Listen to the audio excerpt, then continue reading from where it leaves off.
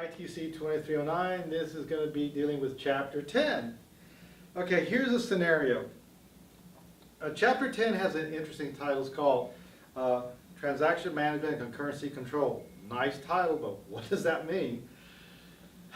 I've struggled with this over the years, and this is the scenario that I've come up with. It seems to be a situation where students can understand.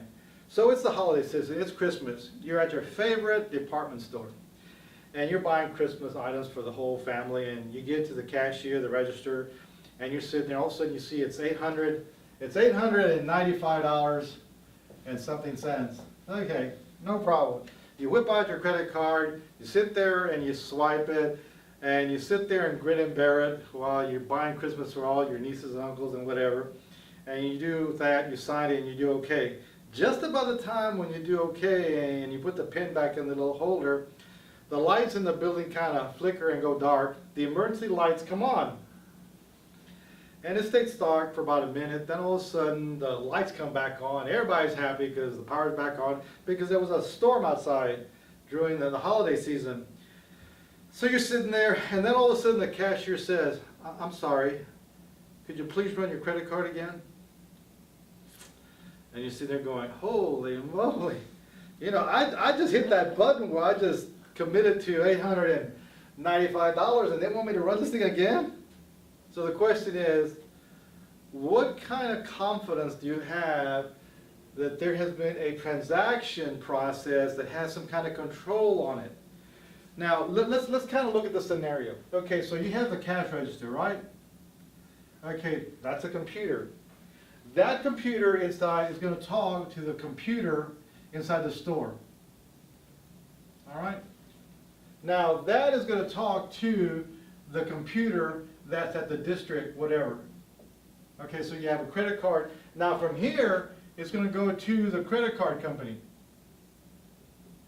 Now, the credit card company, usually the credit cards are issued by a bank or a credit union. For the purpose of this, let's just consider a credit union.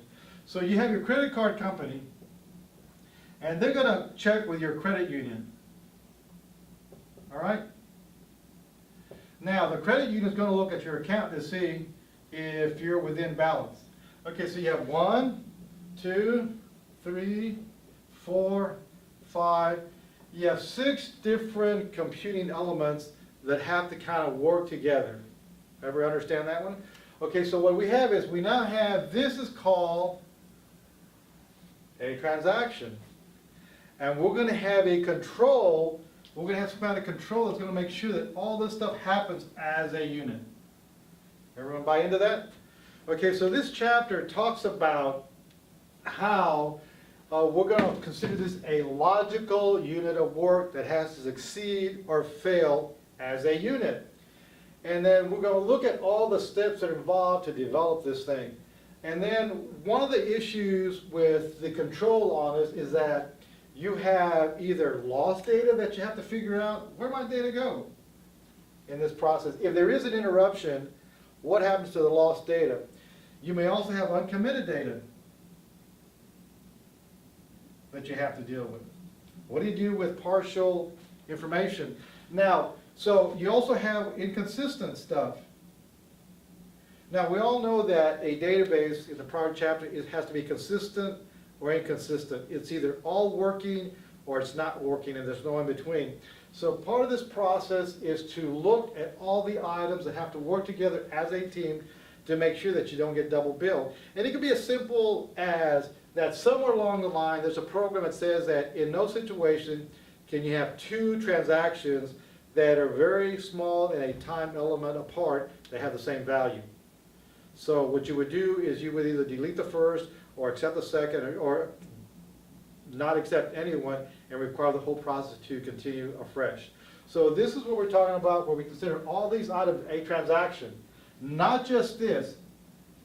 All of these have to work in harmony together as a unit for the scenario to work. And that's what Chapter 10 talks about.